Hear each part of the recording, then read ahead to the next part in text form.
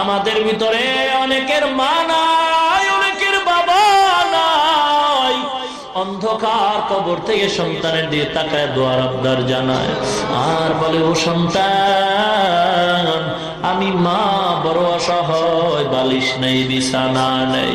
চেহারাটাও কি তোর মনে পড়ে না? এক সন্তান যুবক ঈদের নামাজ পড়ে আনন্দের বাড়ি না গিয়ে কবরের সামনে দাঁড়ায় দাঁড়ায় কান্দে। যুবক আজকে আনন্দের দিন, কবরের সামনে দাঁড়ায় কেন কান্দ?